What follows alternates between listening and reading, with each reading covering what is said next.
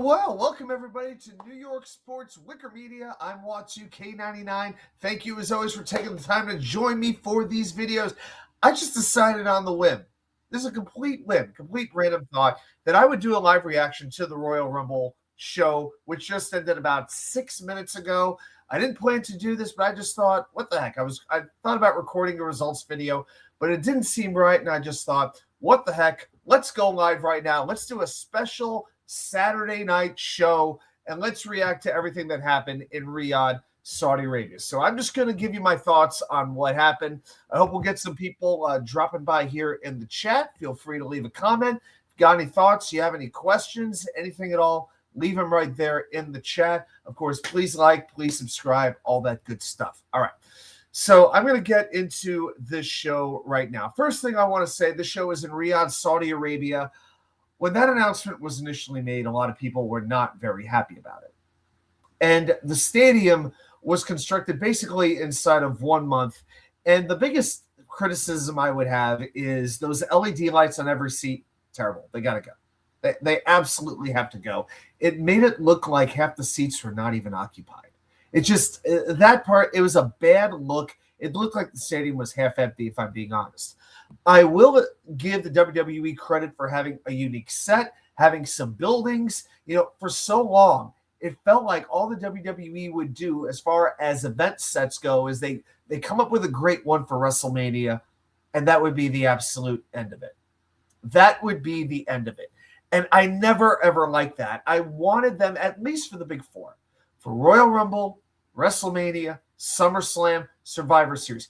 Put a little bit of effort into your sets. Make it feel like it's more than just a Backlash show or even Elimination Chamber. You know, pick out whatever, you know, B or C level pay-per-view event you want to talk about.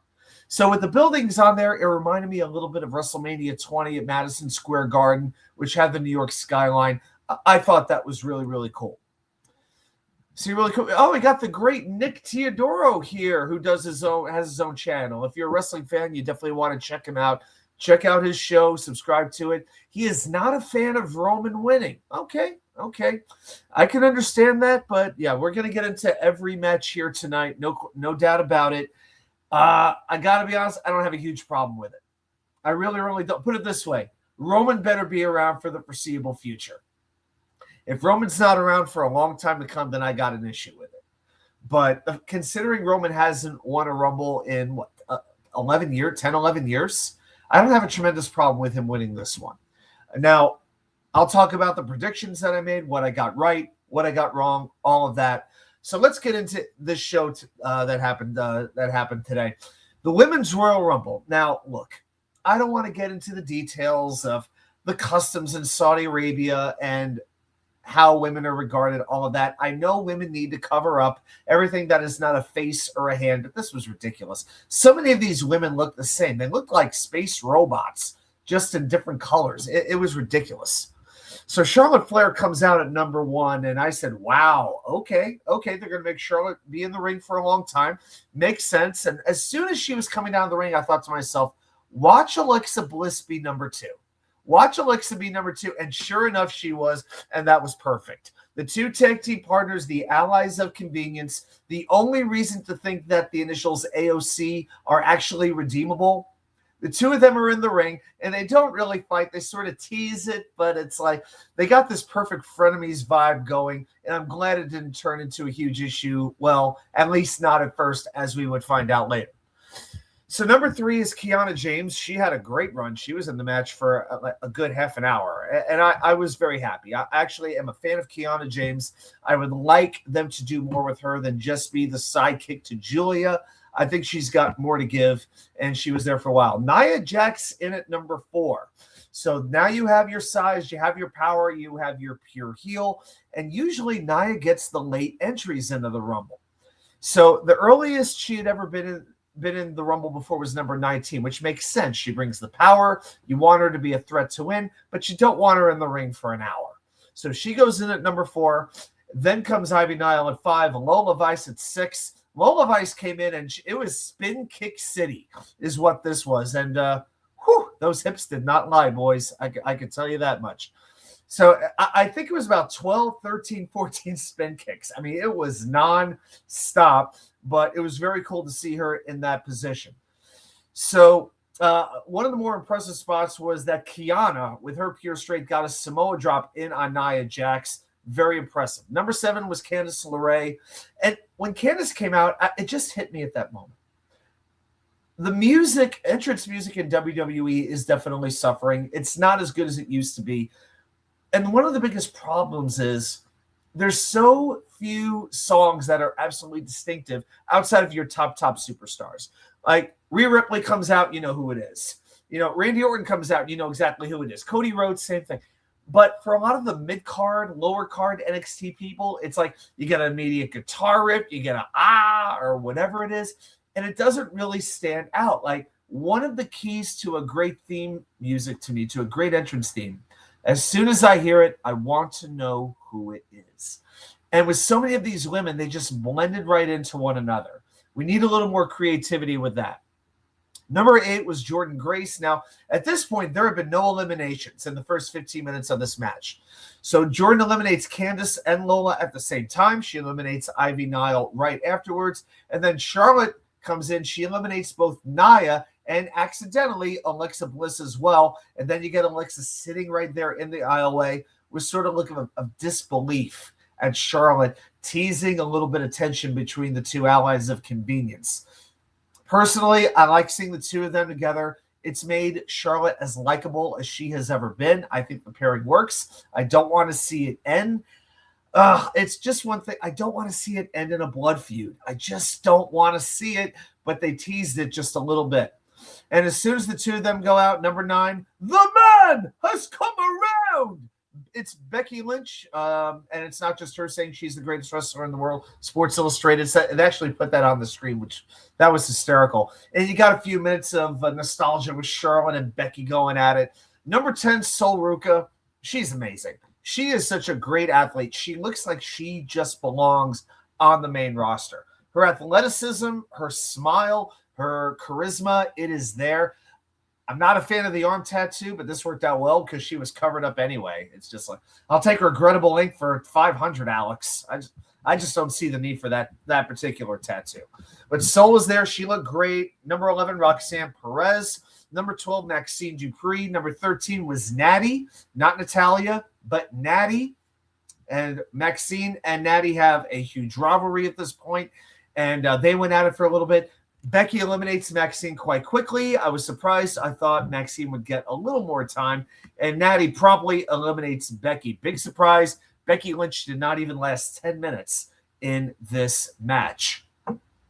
Number 14, Liv Morgan. Number 15, Lash Legend.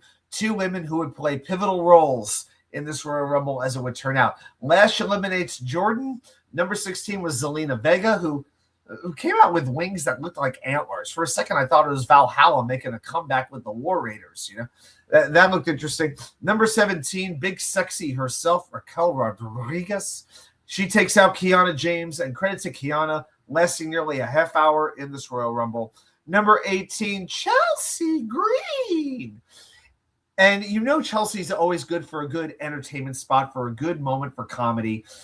Gets into a tug of war between the Judgment Day women with Morgan Rodriguez and Perez on the inside of the ring, and then Alba Fire on the outside, trying to keep Chelsea out of danger, pulling her to the outside. And Chelsea was basically the rope. It was really, really funny. Number 19. Now, I admit my pool number that I drew was number 19. I got Julia, and I pretty much knew I had no chance. Number 20, Io Sky. Looked amazing in the ring as she always does. Number 21 was Asuka. And at this point, there hadn't been many eliminations. You had 12 women in the ring. And I thought to myself, okay, we got to have a big run of eliminations coming at any moment here. Number 22 was Rhea Ripley. And I thought, okay, here they come. You know, Rhea looked a little bit like Edward Scissorhands a little bit, you know. Look, I saw a little comparison between Rhea and Edward Scissorhands. That was just my thought.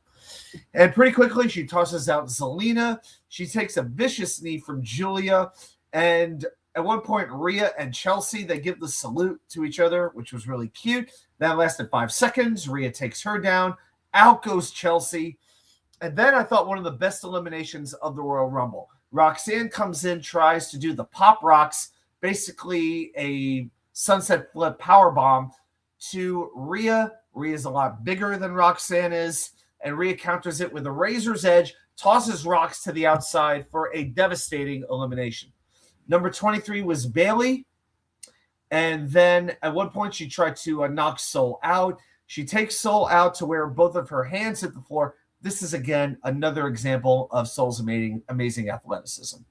She goes out. Her ankles are dangling on the bottom rope. Her hands hit the floor, so she's not eliminated because both feet have to hit the floor. It looked like a handstand. And then Soul does a sit-up, basically, with her ankles on the bottom rope. She's like a good-looking version of Kofi Kingston is what she is. Number 24 was JC Jane from NXT. Good to see her get her opportunity in the Rumble. Shortly after that, an Oblivion by Liv Morgan eliminates Natty. Number 25 was Nikki Bella. 26, Laya Valkyrie, who eliminates Julia. There goes my any chance at any money. Number 27, Kalani Jordan from NXT. 28, Kairi Sane. And she accidentally eliminated Asuka. And that was a big uh-oh right after Kairi gets tossed out as well. And you see the two Kabuki Warriors outside.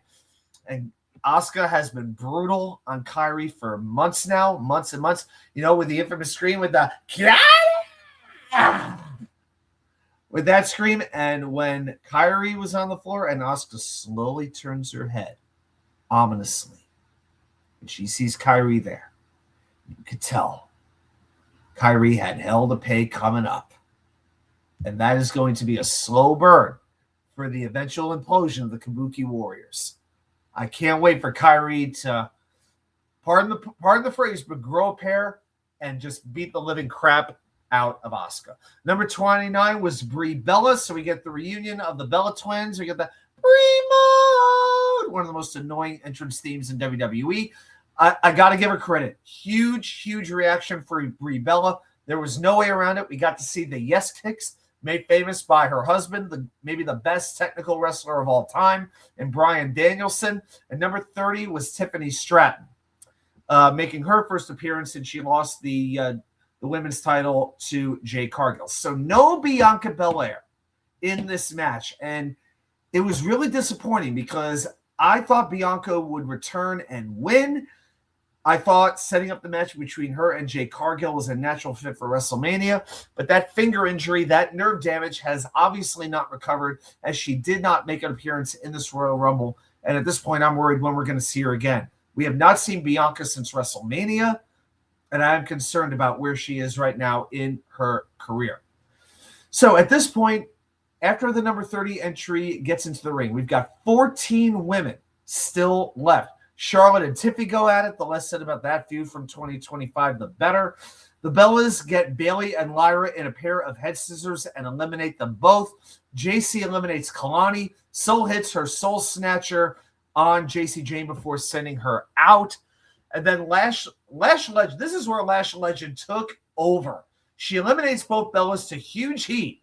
I don't know. The Bellas must be more popular in Saudi Arabia than anywhere else in the world. I mean, these Saudi fans reacted bigger for the Bella twins. No disrespect to them, but they reacted bigger to the Bellas than anybody else. Crazy. Lash with a running boot on the apron eliminates Charlotte. Charlotte lasted just under an hour in the Royal Rumble. And then at this point, you start to hear the overrated chant from the fans in Saudi Arabia. Lash Legend was overrated? I didn't even know she was rated. Absolutely crazy. Now you got Rhea and Lash going at it because Lash eliminates Io Sky. Oh, that's right. Io and Lash are on the outside of the ring. Io in yellow, Lash in purple. It looked like the LA Lakers mascot had an implosion or something with this yellow and purple on the outside. Eagle Fang, hey, I see you, man. Believe me, I'm gonna get to your comments when we get to the Men's Royal Rumble for sure. I will absolutely react to that, no doubt, because I got something to say about that. Oh my gosh! So at this point, Lash is on a roll. She's eliminated the Bella Twins, Charlotte Flair, and Io Sky. Huge. So now you got Rhea and Lash going at it, and Rhea clotheslines her out to the delight of the crowd. In comes Raquel Rodriguez to eliminate Rhea with a Tejana bomb. She spiked Rhea, her lower back, on the apron, and she went out. And I got to tell you, for all the times Rhea's gotten the best of Raquel, it was about time Raquel got the best of Rhea. And then right away after that, as Raquel is talking trash, in comes fellow Judgment Day member Liv Morgan to take out Raquel, and she eliminates Raquel Gonzalez, or Raquel Rodriguez, Raquel Gonzalez. I was thinking NXT. And Liv is just smiling over it. Watch out. After this, if Raquel doesn't turn on Liv by, I'll say, the night after WrestleMania, I'll be floored. There's 3 women right now in the Judgment Day, and it's not going to stay that way for more than a couple of weeks. So it leaves 3 women, Sol Ruca, Tiffany Stratton, and Liv Morgan.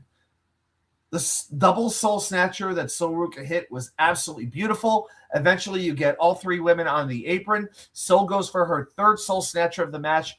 This one on Tiffany Stratton. It was countered. Sol goes out. And right away, Liv hits the Oblivion on Tiffany Stratton to end it. Liv wins, so the 2-time runner-up wins the Royal Rumble and earns a championship match at WrestleMania. If Bianca didn't win, I thought it would be Liv to win it. I'm very happy that she was able to get this win.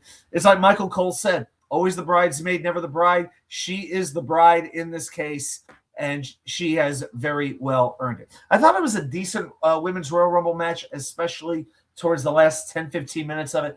But how many flying head scissors and spin kicks did we need to see? I mean, Lola did about a dozen spin kicks alone. It was like head scissors after head scissors after. This was the head scissors match. It was absolutely crazy. All right, so let's go to AJ Styles against Gunther. I thought, first of all, leading into this match, that Gunther would win. It's just, there were certain things about AJ where it just felt like, this is it. Even his gear tonight, his boots said phenomenal forever. It just felt like he was going out, at least out of WWE. And credit to the production team. AJ comes out for his entrance. He does the, getting ready to flip off the hoodie. And this time they shot him from behind so you can see the crowd in the background.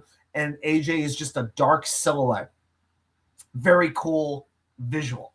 And the biggest thing that I remembered coming into this match is Gunther promised a tap out.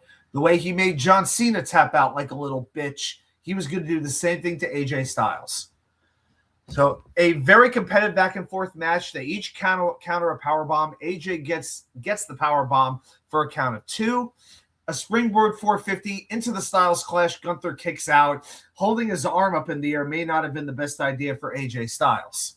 So then he said, okay, the Styles Clash didn't work. I'm going to go to the phenomenal forearm. He goes for it. Gunther knows it's coming. He ducks it, puts AJ in the sleeper. AJ reverses it quickly. Gunther ties the referee up in the corner. A reverse low blow, a back kick in between the 2 Styleses. And then Gunther gets a power bomb for a 2 count. And at this point, it just got vicious. Gunther starts to chop the hell out of AJ. Chopped him half a dozen times, booted him multiple times. The referee is starting to check on AJ like he's actually going to stop the match.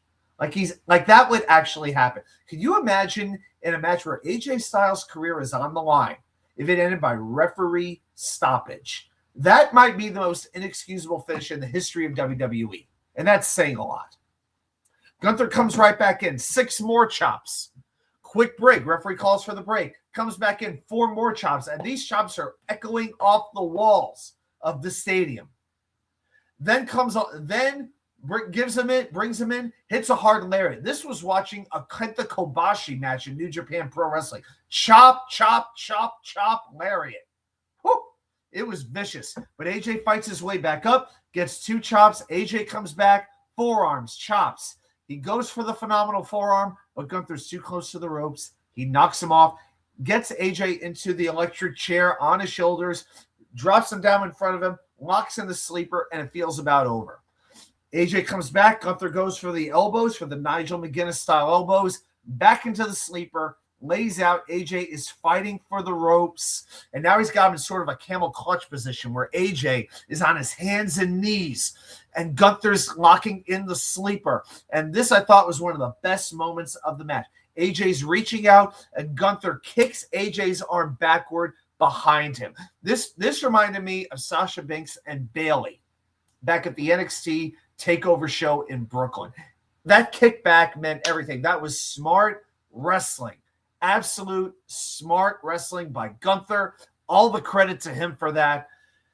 Oh, at this point, it's like I'm on the edge of my seat. Gunther goes back to the elbows, one more sleeper, and you can tell AJ's eyes are closing. He never taps out, but he blacks out. The referee raises the arm. It falls with no resistance, calls for the bell. The match is over, and AJ's career is over as well. The crowd goes silent, and they waited for a few seconds to start playing Gunther's music. Just a few seconds. Gunther leaves the ring, pretty disheveled, leaves the ring. AJ has the ring to himself. He comes to, the crowd roars with their respect. AJ takes his gloves off, or he starts to act like he's taking his gloves off, and then he acts like he's going to lay them down. He stops, puts them back on, gives the hand cross signal, and then he leaves, gets a few steps down the aisle, goes back into the ring, gets on the turnbuckles, and then the music starts to play. They don't want none. They don't want none. So 10 years. He debuted 10 years ago at the Royal Rumble. 10 years later, this was his final match in WWE. But the gesture of the gloves to me is just so interesting. Because is this really it for his career or just his WWE career? AJ made it clear this was going to be his final year in pro wrestling, 2026. We've still got 11 months to go. The fact that he kept his gloves on, is he going to New Japan? Is he going back to TNA, the company he helped really make? Is he going to AEW? My bet would be TNA. It would make all the sense in the world, especially with them having this AMC deal, this new AMC TV deal. They could bring AJ in for a couple of shots. It would be enormous for them. So I truly don't believe we have seen the final match of AJ Styles' career. But for it to end this way in WWE, fantastic. Bravo. Thank you, AJ. Drew McIntyre against Sami Zayn for the WWE title. I don't really have a ton to say about this particular match. With Zayn, with his getup, his ring gear, he was paying tribute to Muhammad Hassan, and I don't really care if anybody's offended by that particular comment because that's basically what it looked like. So Zayn gets hurt doing a dive down to the floor, hurts his lower back, and for the rest of the match, McIntyre focuses on the back. Zayn eventually goes for a haluva kick and misses. Drew counters with a Claymore kick, his finish. Zayn gets his foot on the ropes. Drew's upset, backs referee Charles Robinson into the corner. He turns around and he eats the haluva kick. Drew goes for the count. 1, 2, Drew barely gets the shoulder up. They go outside. Drew gets the advantage. Power palms Sami Zayn through the table. Huge, huge moment, and that was pretty much the clincher. Back in the ring, Zayn just looked out on his feet. Completely out. And Drew at this point is talking smack, saying, just stay down. Your son is ashamed of you. And Sami just gets all of it that he has left, hits that exploder suplex into the corner, sets up the haluva, can't get it, counters it into the Claymore. Not enough. 1, 2, no, he didn't go for the pin. Hit the first Claymore, and he was down. Drew said that's not enough. So while Sami's on his knees, Drew hits one more Claymore. 1, 2, 3. Drew wins as he should have. The crowd, I thought, was very quiet for this, considering that supposedly Sami Zayn should have home ring advantage in not his hometown, but an area where he should have support. I don't want to get political here, but if you know, you know. I just thought there was some AJ Styles carryover. I thought the crowd was drained after Gunther versus AJ. They just didn't bring it for this match. And there was no way you could take the title off Drew in his first defense after finally winning it. Okay, let's get to the Men's Royal Rumble. And most of the comments that I'm seeing are about the Men's Royal Rumble. If that's the case, I'm just going to respond to those after we talk about the Men's Rumble. All right, so last night, let me start over. Friday night on SmackDown, as the show was going on, there was a graphic displayed accidentally, allegedly, that Braun Breaker was the #1 entry into the Royal Rumble. So at that point, it's like, oh, the production team screwed up. So we knew the production team would probably change something, and indeed they did. The #1 entry was Oba Femi, the ruler coming in from NXT, makes his main roster debut, at least as a part of the full-time WWE roster. We still don't know if he's on WWE or SmackDown, but that entrance hit, and it was the first time a lot of people got to see that entrance, and he really came off as a force. Number 2, Braun Breaker, and I thought, oh, okay, this is good. Braun and Oba, let's go. This is a future WrestleMania match right here. Let's go. Braun gets halfway down the aisle, and he gets attacked by somebody in black clothing and a black hoodie, something that the Vision was doing, Austin Theory was doing for a while. And at one point, there was a curb stomp reminding everybody immediately of Seth Rollins. Was it Seth Rollins? We don't know officially, but it would make sense if that was the case. Now, Seth has said in interviews he was going to be home, that his kid had ballet or piano or gymnastics or whatever the hell it was, but he was not even going to be in Saudi Arabia. So who knows? But Braun works his way into the ring, and Oba immediately clotheslines him out of the ring, and the first elimination is somebody that a lot of people thought would win the match in Braun Breaker. Wow. Wow. Wow.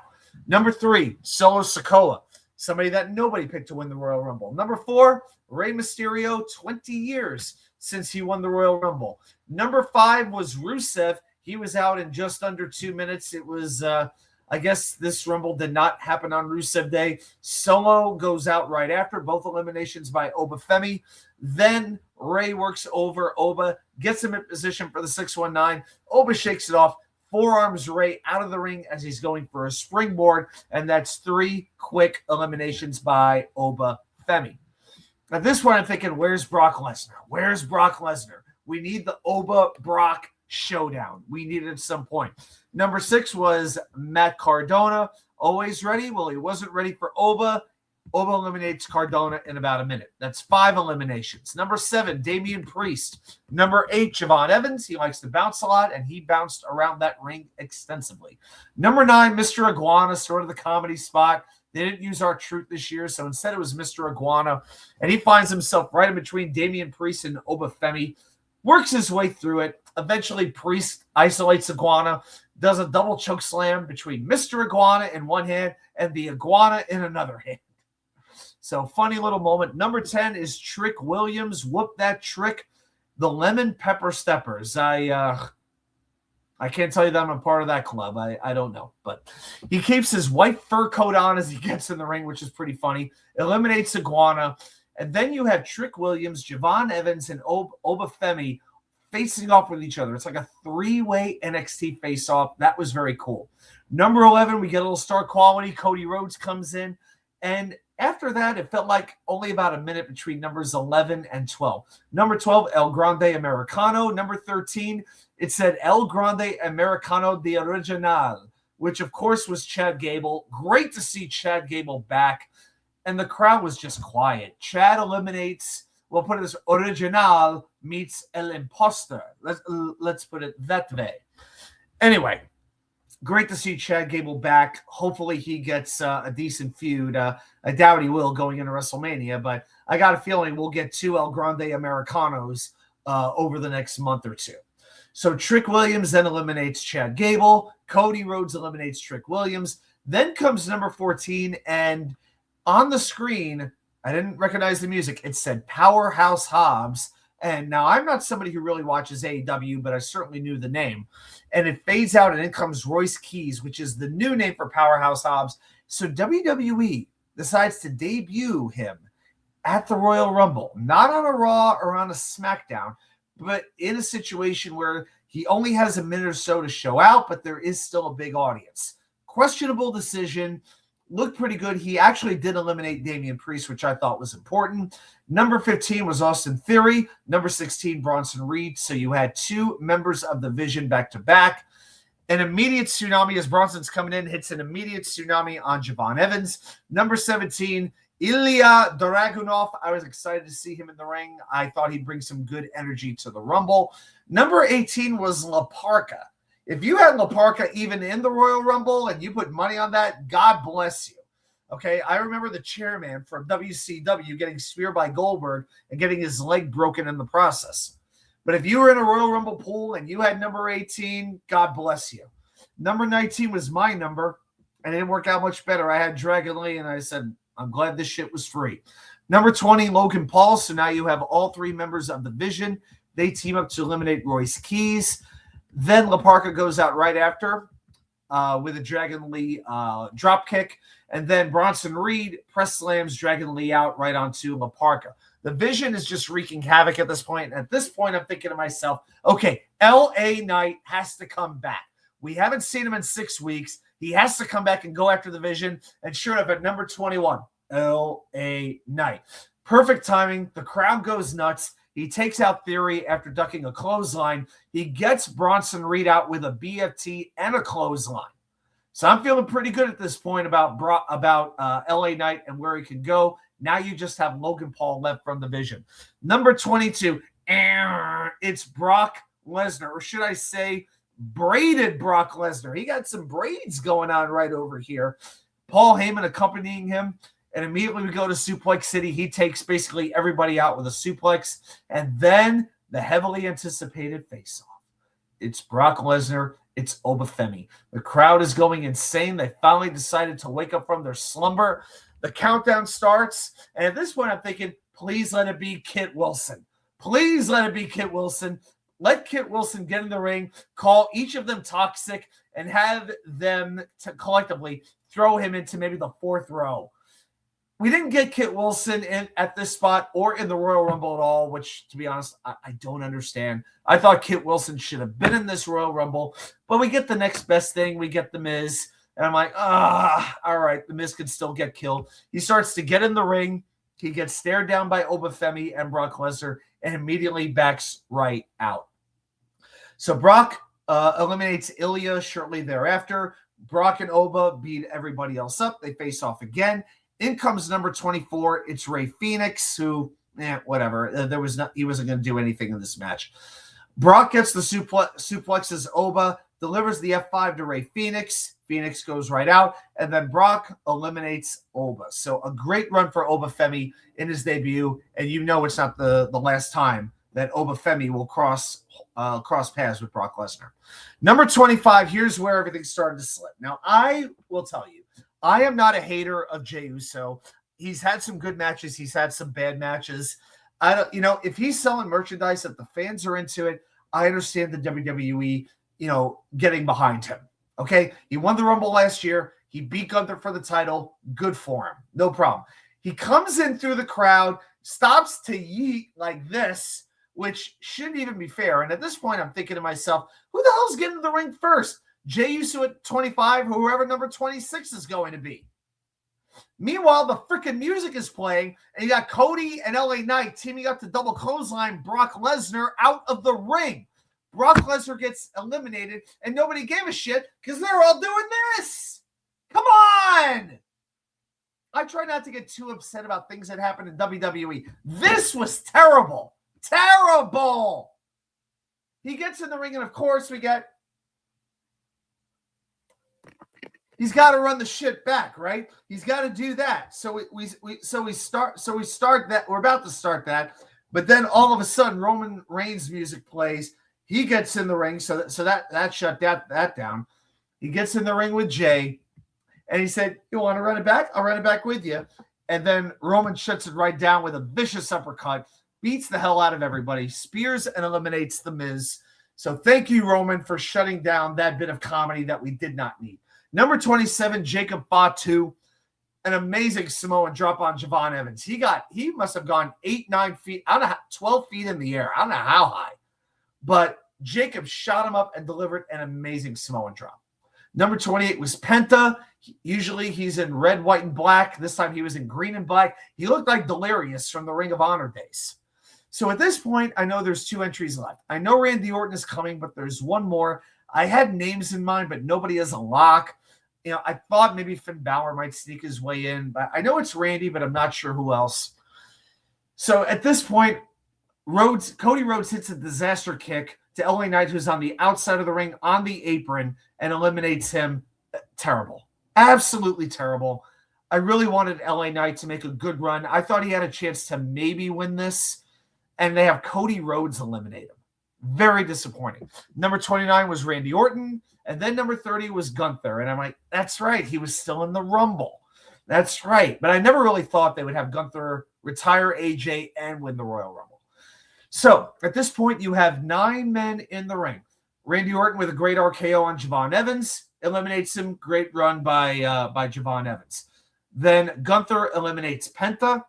Then an quick RKO to Gunther. Now you've got Orton and Rhodes staring at each other, thinking about how we're going to work over Gunther. Hey, Screen Slam, thanks for joining us. Who is the masked man? So I'm going to recap everything. I'm going to address all the questions after we get through the recap. Thanks very much for joining. Appreciate you. All right, so Orton and Rhodes are staring each other down, and Randy's got Gunther in position for a Cody cutter. So Cody jumps, hits the second rope, comes back. Gunther puts Randy in position, and Cody Rhodes accidentally delivers the Cody cutter to Randy Orton.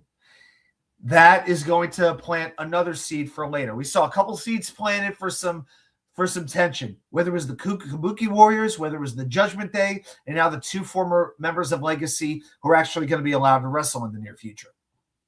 So then Cody almost gets thrown out. He skins the cat, holds on, tries to bring himself back in by bringing his legs over into the ring.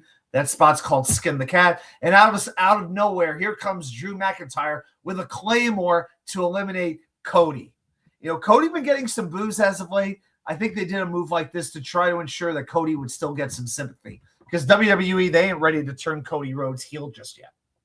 Roman eliminates Jacob. He eliminates Jay. And that takes us down to 4. Roman Reigns, Logan Paul, Gunther, and Randy Orton. You know it ain't going to be Logan Paul going to WrestleMania to challenge for a championship. So Roman tosses out Logan. A quick RKO to Roman by Randy Orton. Gunther gets Randy out right away. That leaves 2, Roman and Gunther. The match that one day we got to have as a main event at a major show. You hear the OTC chants. After what Gunther did earlier the night, everybody in the building is behind Roman Reigns. Gunther eventually gets the sleeper locked in. Roman runs him face first into the turnbuckle. Here comes the spear. Here comes a toss out. And that is the end of the Royal Rumble. For the second time in his career, the OTC is the Royal Rumble winner. It felt a little bit quick. I thought there was another minute or 2 minutes that Roman and Gunther could have gone, but that was it. And Roman Reigns will be going to WrestleMania in Las Vegas to challenge for either the WWE title or the World Heavyweight title. So as of right now, it's either CM Punk or it's Drew McIntyre. Matches we've seen before, but I got to tell you, I still think Elimination Chamber, February 28th in Chicago. Drew's going to have to put the championship on the line. And I think Cody wins it back, and I think we get Cody versus Roman 3. Except this time, Cody's the champion, and Roman's challenging. That's what I'm thinking is going to happen. I'm not saying it's what I want. I would love to see Roman against Gunther. That would be the match, or even Cody against Punk.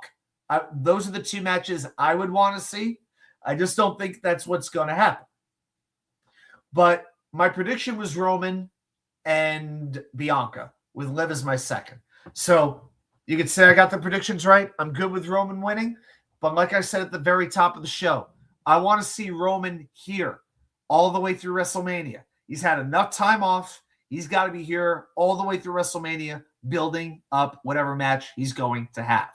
I don't need Roman being part-time right now. No, not right now. Jake-OL7HW is what I got. All right. Listen to Drew talk some shit on the post show now. I'll definitely be going back and listening to that a little bit later. All right, so let's check out your comments right now. I know some people are upset that Chris Jericho was not there. I don't really think you needed him at this point. Here's the thing. To me, you use surprises in the Royal Rumble when you need to use a surprise. You notice you didn't really get many women from years gone by. Brie Bella, but that was it. We haven't seen Brie Bella in WWE in forever. Okay, we didn't need Trish. We didn't need Mickey. We didn't need any of those women. Lita, any of those women. Because there's enough women in NXT and the main roster to have a full 30 women Royal Rumble. Okay, we didn't need Vicky Guerrero coming out going, "Excuse me." We didn't need that, right? So it's nice to have a little bit of surprise or a little bit of comedy, but you can't be relying on it. So I don't think Jericho was really needed in this spot. Will he show up in WWE? Very, very possible, but he'll show up when it makes sense. I could see an LA Knight Chris Jericho feud because what the hell's LA Knight doing right now? I'd like this. I think that would be a very good WrestleMania match at some point. So let's take a look at some comments here. And by the way, I'm going to be jumping on with my buddy Nick Stein. We're going to talk some New York Jets football. We're doing that at 8 p.m. Eastern. So check Nick out. I'll be there at 8 o'clock, a little over an hour from now. Nick Teodoro, as I mentioned, does his own show, has his own YouTube channel about pro wrestling. Check that out. Not happy with the Roman win. Went from a B+ to a B- with a Roman win. I'm good with Roman winning. I mean, I would have liked Braun winning. I just didn't feel it was his time. My prediction, like when I said the prediction show, I can see it being Braun Breaker winning Money in the Bank. And then he buys his time and cashes in when the time is right. Not the Royal Rumble. I don't know if I want Quanah White thrust him into the main event of WrestleMania just yet. So, but again, Roman hasn't won in a long time. If he's here to promote it, I don't care if he wins at WrestleMania or not, but he's got to promote the match and he's got to be there. This cannot be a part-time build. But Nick would have taken Braun, Jacob, or Gunther. All would have been better. I didn't want Gunther winning twice. Gunther doesn't even need the title right now. Gunther is, I don't want to say above a championship. He's in his own category. He doesn't need to be in a championship match for his match to matter. I don't know who he's going to take on at WrestleMania, but I can tell you this. It doesn't need to have a championship to be meaningful. Eagle Fang, my friend who I see a whole bunch on our Wednesday Night Jet shows, the only result that mattered was Roman winning, but Brock being eliminated when Jay was doing his entrance was dirty. 100% agree. You know, that double elimination by Cody and LA Knight should have mattered, and it got completely overlooked. I mean, is it going to be Brock and LA Knight down the road? I mean, I don't know if I could really see that. I don't know if I buy that. I really don't, to be honest with you. I'm still expecting Brock and Oba and LA Knight and Chris Jericho. To me, that makes the most sense at WrestleMania, but we will see. Eagle Fang talking about AJ Styles. His last match will be in TNA. I could see several matches in TNA. Why not? They and WWE have a working agreement. I can absolutely see that working out. Eagle Fang responding to my Sami Zayn comment. Muhammad Hassan was way better character than Sami ever was. I'll tell you, I was a big fan of Sami Zayn back in the days in Ring of Honor, although I can or cannot confirm that he may have been related to El Generico. And I love Sami doing the bloodline stuff. That was great. But the Sami Zayn that we have seen since then, I have not been a fan. And I don't want to get too deep into it, but I've learned if you have a different opinion than Sami does, whether it comes to politics, religion, he will block you. And I really appreciate that. I don't think wrestlers should be bringing politics, especially into the ring. Sami does that. I'm just not a fan. And that's all. Screen Slam, who is the masked man? Who attacked Braun Breaker? They're going to have us believe it was Seth Rollins. I honestly don't believe it was Seth. I really don't. And let's be honest. It could be anybody. It could have been anybody tonight. It could have been Carmelo. Where was Carmelo Hayes? I know he's the U.S. champion, but how do you not have Carmelo Hayes in the Royal Rumble? I mean, that didn't make any sense. I thought he deserved a spot. No Judgment Day member. Dom Mysterio wasn't there. J.D. McDonough wasn't there. You know, Johnny Gargano. You know, no members of Axiom. No, none of the. A lot of good wrestlers were missing. R-Truth wasn't there, but they had Mr. Iguana there for the comedy spot.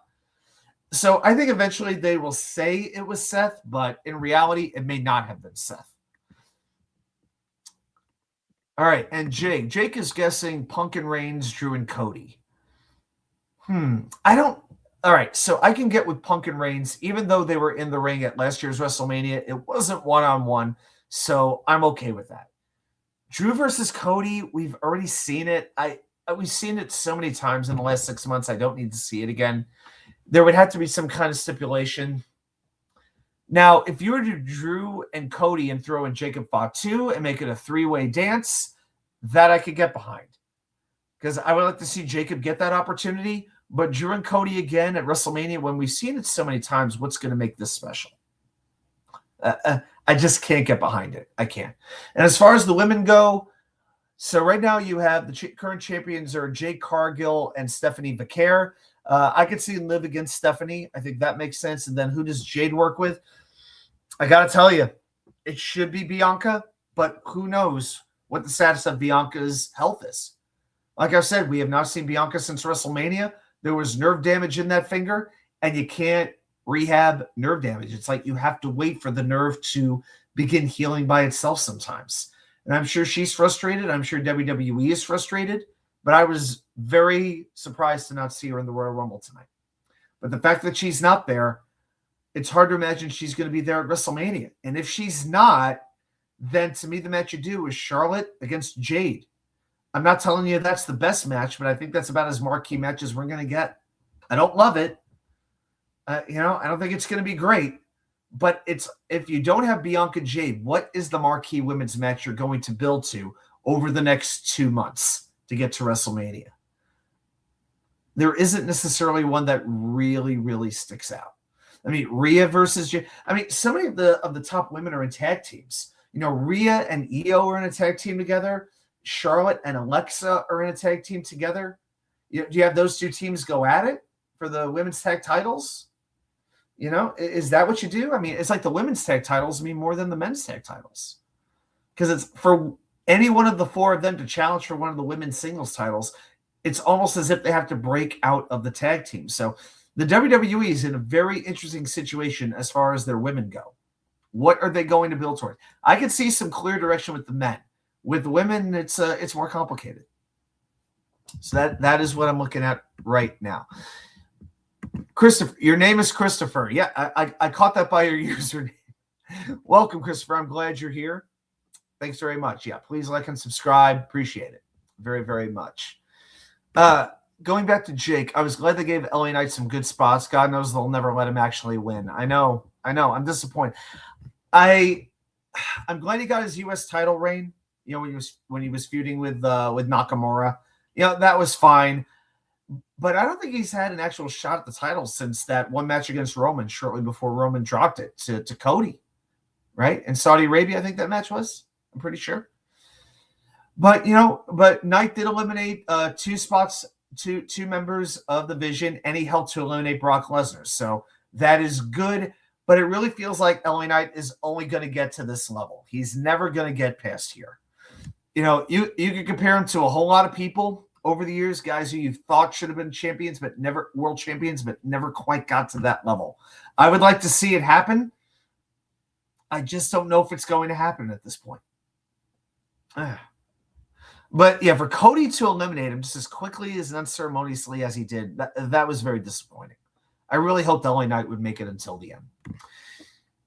Jake, how long till Elimination Chamber? She'd have to be back by then. So the Elimination Chamber is February 28th in Chicago at the United Center, not the Allstate Arena. And I've been to many, many events in the Allstate Arena. I used to live in Chicago. I was there for Punk versus Cena at Money in the Bank. I was in the crowd that night, which was one of the best atmospheres for any sporting event or any entertainment extravaganza you want to mention. It was unbelievable.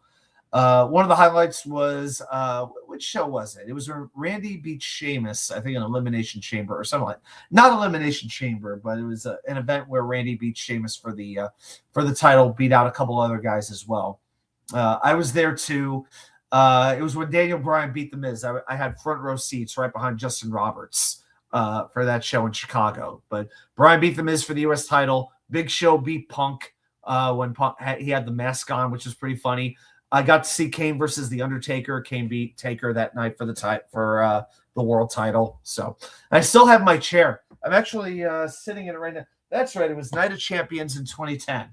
I'm actually sitting in the souvenir chair that I was in for that night with Kane on the chair. So I've never given up that chair. Plus, it's nice and comfortable. It doesn't have armrests, but it's nice and padded. Christopher, retirement, WWE Wrestliner. Got it. Okay. So all in all, as far as what I thought about the show, I thought it was good. I didn't think the crowd was very helpful, and this didn't give me a good feel about the crowd going into WrestleMania next year. The fact that WrestleMania is going to be back with the same crowd, it doesn't give me a great feel. Like when they got loud, they got into it, but to me it was very quiet it was all or nothing. It was 100-0. Really. They got into AJ versus Gunther. They got into the Bella Twins, which was very interesting. Yeah, they got into Roman, Jay, guys like that. They got into LA Knight, which I was very happy about. But, I mean, especially during the Women's Royal Rumble, I didn't really think they made a huge deal out of it except for Io and the Bellas. Very, very interesting. I guarantee you WWE is going to take notice of that. So I would call it a good show. I wouldn't call it one of the best Rumble shows I've ever seen. So let's see what happens going forward. And as we get closer, I'm sure I'll do a preview video about WrestleMania.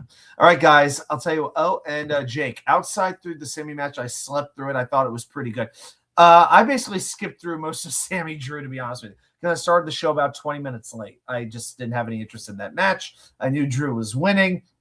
You know, I mean, some people said that WWE didn't do a good job promoting this Royal Rumble. I mean, to be honest, it's the Royal Rumble. You know, I'm always excited for the Royal Rumble regardless, no matter how little or how much attention they give to it. So let's see what happens at the Rumble. I expect Drew to be defending his championship. I expect Cody to take it back. That's just where I see it going. So let's find out. All right, everybody. I am going to sign off. Going to go have some dinner real quick. I'll be jumping back on the air again in about an hour with my friend Nick Shine. We're going to talk some New York Jets football. Thanks very much, everybody, for watching. Please like and subscribe. Have a great rest of your weekend, and I will see you right back here with more content from you know where.